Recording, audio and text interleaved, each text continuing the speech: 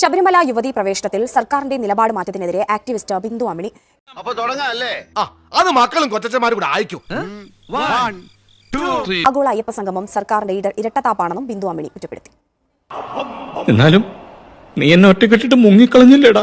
മുതലാളിയെ രക്ഷിക്കണമെന്ന് എനിക്കുണ്ടായിരുന്നു, പറ്റിയില്ല. മുതലാളി എന്റെ അവസ്ഥ ഒന്ന് മനസ്സിലാക്കണം. എങ്ങനെയാണ് സർക്കാരിന്റെ ഈ നിലപാട് മാറ്റത്തെ കാണുന്നത്?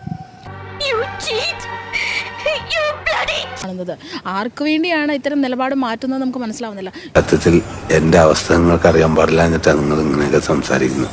ആർക്ക് വേണ്ടിയാണ് ഇത്തരം നിലപാട് മാറ്റുന്നത് നമുക്ക് മനസ്സിലാവുന്നില്ല. ഇത് നൂറ്റാണ്ടുകളായി രൂപപ്പെട്ടു വന്ന കേരളത്തിന്റെ ഒരു നവോത്ഥാന മൂല്യമുണ്ട്.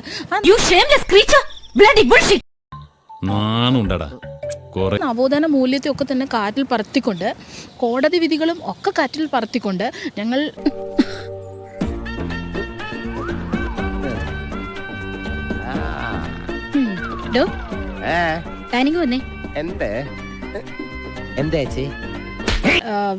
വിശ്വാസം സംരക്ഷിക്കും, ഞങ്ങൾ ആചാരം സംരക്ഷിക്കും. മുഴുവൻ ആളുകളെയും വഞ്ചിച്ചുകൊണ്ടാണ് ഇത്തരത്തിൽ ഞങ്ങൾ ആചാരം സംരക്ഷിച്ചുകൊണ്ട് മുന്നോട്ട് പോകുമെന്നുള്ളൊരു ഉറപ്പ് കൊടുത്ത് അത്തരം ഒരു സംഗമം നടത്തി മുന്നോട്ട് പോകുന്നത് അത് വഞ്ചനയാണ്.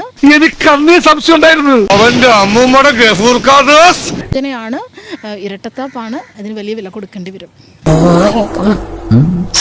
എന്താ ഉറക്കം വരുന്നു. അന്ന് അതിന് ധൈര്യം തന്നത് മുഖ്യമന്ത്രിയുടെ അടക്കം നിലപാടായിരുന്നു. തീർച്ചയായിട്ടും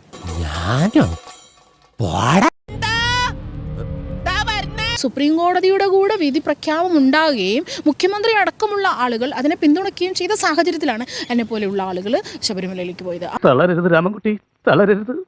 ഇതിൽ നിന്ന് പിന്മാറുന്നു എന്ന് പറയുന്നത് നമുക്ക് അതിന് ഒരു തരത്തിലും ന്യായീകരിക്കാൻ പറ്റുന്ന ഒന്നല്ല.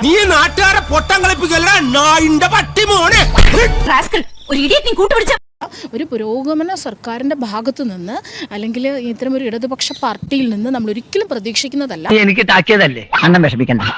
ഏതൊരു പട്ടിക്കും ഒരു നല്ല കാലം വരുമെന്നാണ്.